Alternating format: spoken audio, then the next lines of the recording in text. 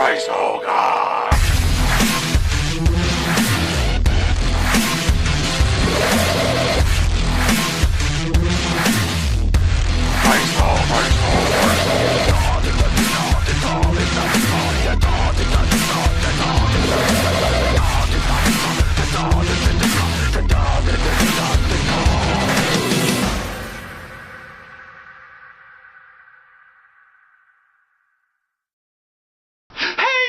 My name is P. Reese Cool Guy, but you may call me the Preschool Guy. In reality, I'm my 20s, but at heart, I miss you so much.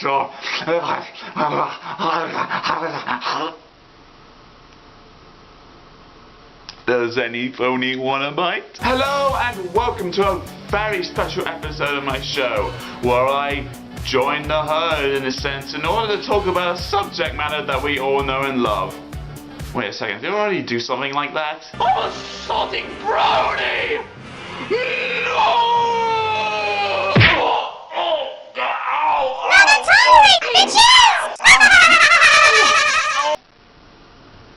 Nah, it doesn't matter. Anyway, yes, I am sort of a part-time brony now, if you want to call it that. And yes, if you're wondering, that has to do with the hit TV program that seems to get young males today in such a rust, My Little Pony: Friendship is Magic. I would talk about the show, the characters, and so forth, but I don't feel like it. So here's the review I was part of. It's good. You can check it out. Even though it was kind of a mistake on his part. And I'm kind of feeling regret too. But enough of the past, because, well, really, do you really need to talk about the show at this point? You all know the story, you all know the characters, and the animation, and the people behind it, and how many people it has influenced and entertained these past couple of years. And now, from the great uterus in the sky, from all good ponies up there that have equalized as gods, comes the main six's first feature-length movie! Equestria Girls.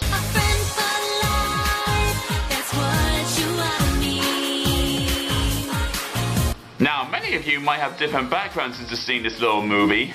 And by little, I mean it's about as long as Dumbo. You either watched it in the theater, or in the Hub Network, or bought the DVD just to show your dedication. Comment in to share your experiences too. Now, I don't know the full story about this film in general, or if it's with critical reception, but in all honesty, I don't care. I'm going into this thing as both a part-time fan of the show and as a movie critic in general. So any arguments you may have against me or fully support is fine, but I'm just going to be doing this to get a few laughs and maybe get some views out there in the process. It's not like my hopes and dreams are going to be shattered by anything that might be wrong with this movie. No matter what choice that may be. No matter what mistakes they are, I'm sure they'll love the evil. Well, enough mucking around in British style, be old bugger. Let's just dive right into My Little Pony: Equestria Girls. This film takes place after the events of the season 3 finale, where Twilight Sparkle is named princess and Celestia and Luna, the kingdom's local badasses, along with Cadence, congratulate her for being all royal and stuffs. We have so much to discuss, but it can wait until tomorrow. You all look tired from your journey. Oh, it's all so precious and wonderful. It's just like the show. I want to hug it and squeeze it and love it and do all sorts of unbelievable Well, anyway, we then transition into our opening credits.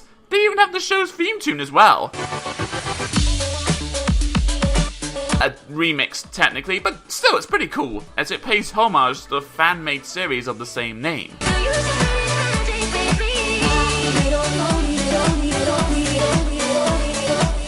Well, that's odd. Hasbro is acknowledging the fans in a cute little intro by adding fan-made characters. Something's odd. So while everyone is asleep, a mysterious shadow creeps into Twilight's room and swaps her royal crown with a fake.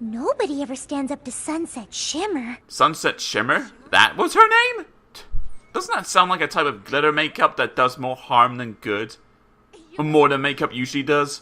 Gosh, so I'm still calling her Daxter. You can call me Orange Lightning. Zing! My name's Twilight. I'm Fluttershy. Sorry, what was that? It's Fluttershy. This scene seems suspiciously familiar, like they were trying to remake the first episode or something. Except in failed fan-art form. Bleh, I'm sure it's just a coincidence. So after recreating pointless scenes into more pointless scenes, Twilight learns from Fluttershy that she found the crown whenever it arrived, and gave it to Principal Celestia. The ruler of a whole pony world is the ruler of a whole school and another? Parallel worlds are just absurd.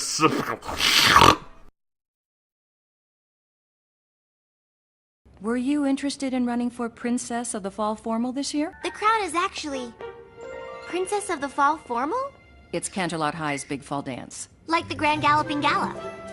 Grand Galloping Gala? Fan service, dupe me her! Can anyone run? Yes, you just need to let the head of the Fall Formal Planning Committee know you'd like to be on the ballot. Well, I guess being a princess of one world isn't enough. I guess our selfless, kind-hearted Twilight is really saying to herself, I want it all! I want it all! I want it all! And I want it now! So Twilight meets up with Fluttershy for lunch, and they discuss her potential nomination for the dance, and how she needs to convince all the students to vote for her instead of Daxter. Why is everybody separated this way? Well, I'm sure that deep down, every pony shivered in fear of that joke. Me? Welcome back to reality, weirdo. Not if I can help it. She was a horse, it's funny! So you must be wondering, where's every other pony in this place? Well... Incoming!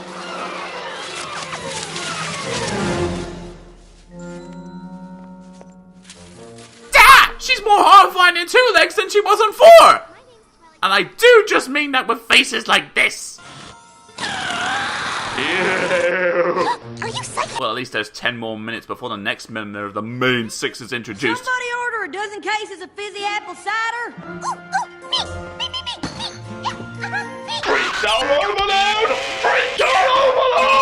Yep. Judas on a skateboard! These character designs get more freakier and trippier by the minute! It's like the Raggedy Ann movie, only... No, just the Raggedy Ann movie! This looks terrible.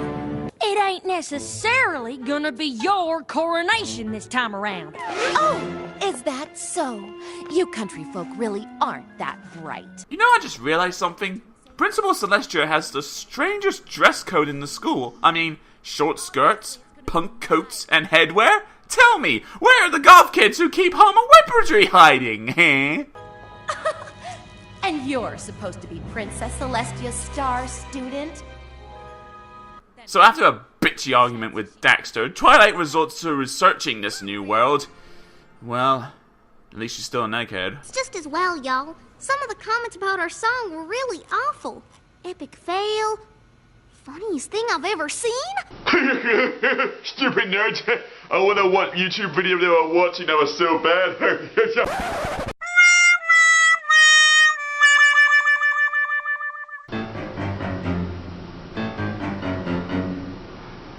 Tell me, you little mares. Have you got to the part with the terrible Slenderman cameo? Because I have plenty of jokes if you want to hear them. That riff was terrible. While doing some digging around, Twilight finds some kind of yearbook that includes pictures of our humanoid gang. A group of preteen girls not friends a few years later? Welcome to high school, folks! The place where happy thoughts no longer exist! So the next day, Twilight begins her campaign rally, but she may have screwed it up already before she even started. Whoa! What did you... Mary? There's our favorite jewelaholic in Kardashian clothing. What's going on? Oh, she hasn't seen it yet. Seen what? It turns out that the students in the school are making fun of Twilight because Daxter ordered Dumb and Dumber here to get pictures of our hero doing something stupid. And what's more stupid is doing a parody of Behind the Music. What does it say about our school if we give someone like this such an important honor? Doing stupid stuff is funny. What, is she mentally retarded or something? Blah blah blah blah. Not that it'll make any difference, but I'll still vote for you. Gee, I thought it would just be minor whenever they were recycling the first episode's plot with them not getting along like selfish horses.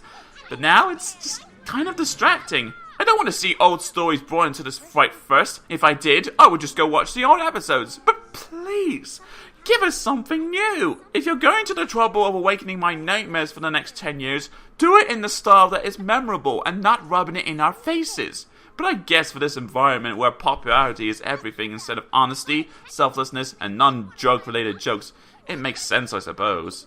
But it does seem a little suspicious that they tell the same stories before, except you'd have the cast of brats at the center core.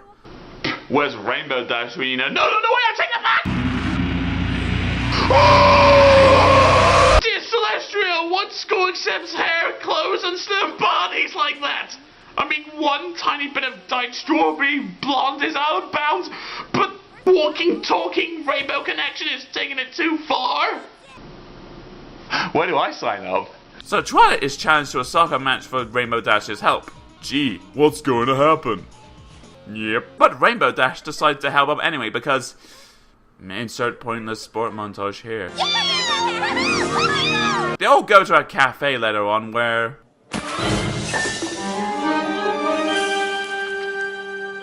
Oh, we've got to stop bumping into each other like this. Yes, we should probably do it pony style.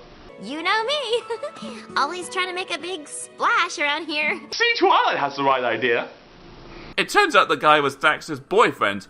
When did this turn into Saved by the Bell? As the main six discuss a course of action against a walking, talking lava lamp. What if we all wore these as a sign of unity? Sunset Shimmer is the one who divided us, Twilight Sparkle is the one who united us, and we are gonna let everyone know it!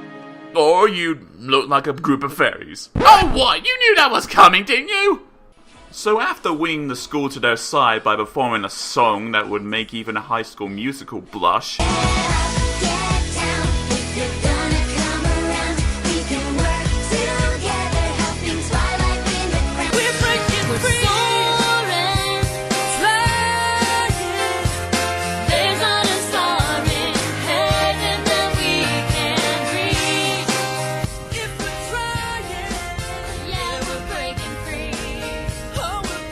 Daxter vows to get the crown by any means necessary, so she breaks Twilight's spirit by doing the exact same thing as before.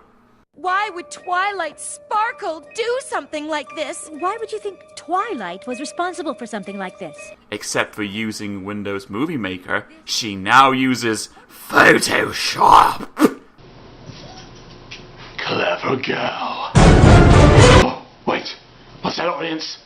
There's different lighting now. There's more facials on my face. Rufus just popped up on this side, running to lie down. Clever girls. I think it should be fairly obvious that the school cannot let someone who would do something like this compete for the fall formal crown. But that guy who likes Twilight for whatever reason, aside from tits, convinces Vice Principal Luna that Twilight is innocent of all charges. And she buys it. So, what purpose did this leave for the rest of the movie?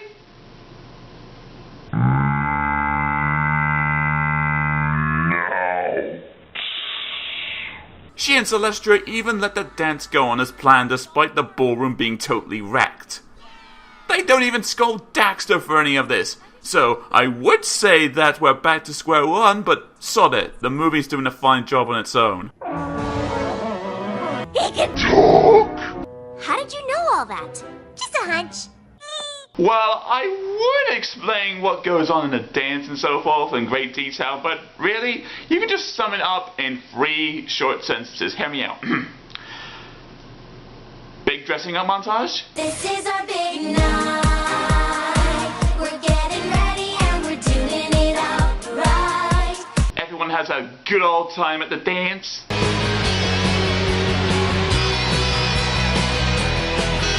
And Twilight is the winner and given the crown. The princess of this year's fall formal is Twilight Sparkle. Oh, wait, you forgot to mention the part about how you're thanking every pony, how your dreams have come true, and you're sorry that Rebecca Chalet is a better singer than she is a voice actor. Oh, speak of the devil! Dexter crushes the party and threatens Twilight to give her the crown, or she'll never go back to our fantasy world again! Wait, was there a difference this whole time? No. What? Equestria will find a way to survive without my element of harmony. This place might not, if I allow it to fall into your hands. So go ahead. Destroy the portal. You are not getting this crown. Well, never since Joan of Arc boasted morale for women everywhere and got killed for it have I seen a manlier speech from a girl. But Dexter still wants to act like a complete C-word and takes the crown in order to transform into the devil. Yeah, look at that. The little girl, who never gave a toss to begin with, turns into the Rule 63 equivalent to Lucifer. I am your princess now, and you will be loyal to me. I don't want to rule this pathetic little high school. I want Equestria. I have magic, and you have nothing. So really, now that your movie has Satan as the villain, and you have a group of friends that use freakishly magical elements that help save the day in its own unique way to its genre, really the movie should be like this now. You guys are freaking lame! Come on, Cage, you're coming with me! Taste my lightning, trucker! No! Ow! Shucks! You broke my horn! Oh no! From whence you came, you shall remain until you are complete again! No!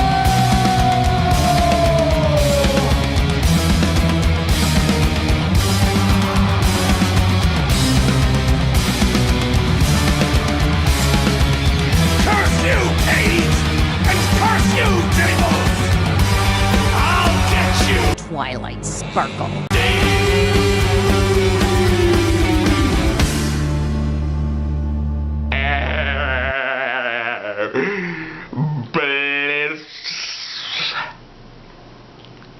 Still, it's better than hearing the dialogue from the first episode again. I'm sorry. I'm so sorry. I didn't know there was another way. The magic of friendship doesn't just exist in Equestria. It's everywhere. You can seek it out. Or you can forever be alone. Wow, I can't believe that after all the crap that Dexter did, Twilight still forgives her. That's kind of odd and sporadic. I mean, can you name at least one person who wouldn't forgive someone at all regardless how much they are sorry, then proceed to pretend that they don't exist all the while that person was really emotionally depressed and has lost all hope of any true friendships? Yeah, you knew that was coming. Would now be a completely awkward time to ask you for that dance?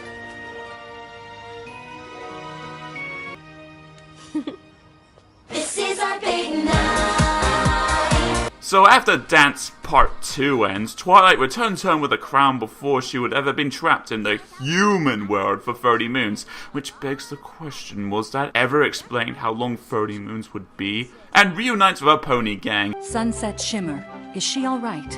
I think she's going to be fine. I left her in good hands. What are hands? She even bumps into that guy from earlier again, and it turns out, le gasp, he was the human Twilight like this whole time! How did you know that? Just a hunch. So, one question is left to be answered from all of this. What did we learn from Twilight Sparkle's very first adventure on the big screen? Well, how to waste an hour and a half of my time comes to mind.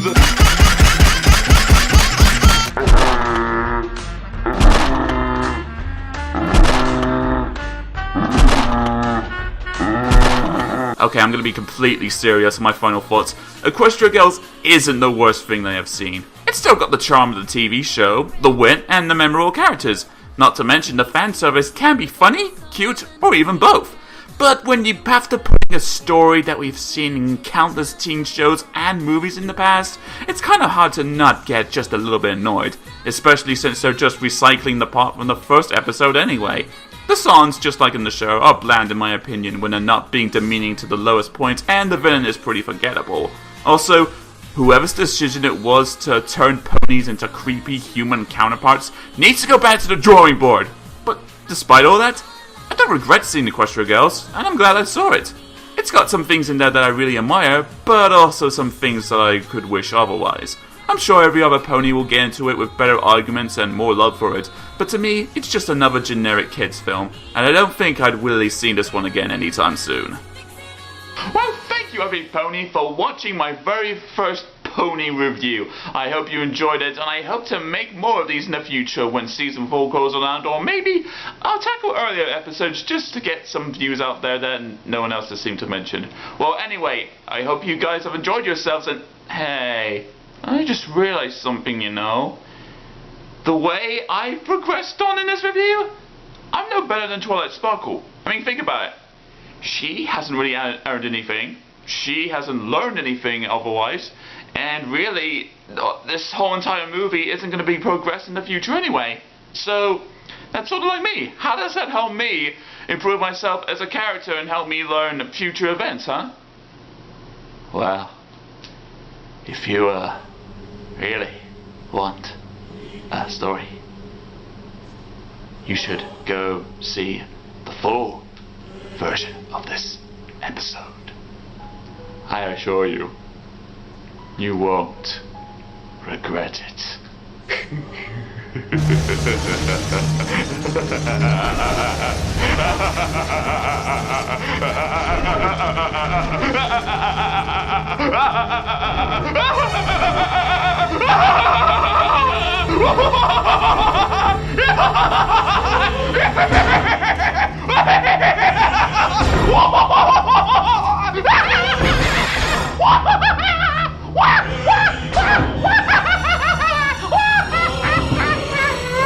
So, Rufus, final thoughts?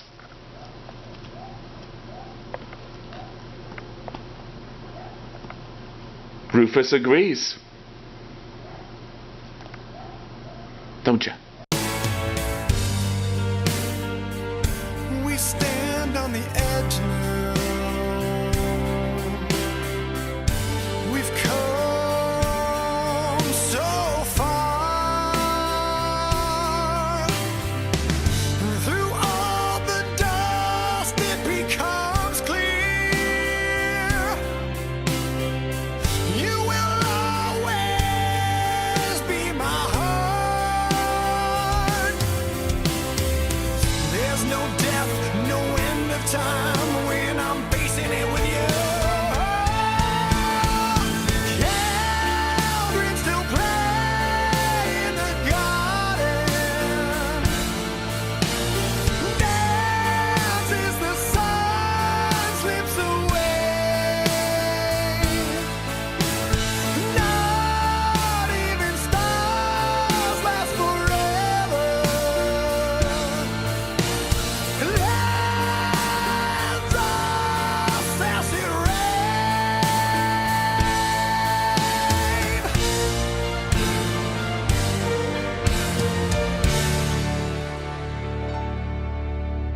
Still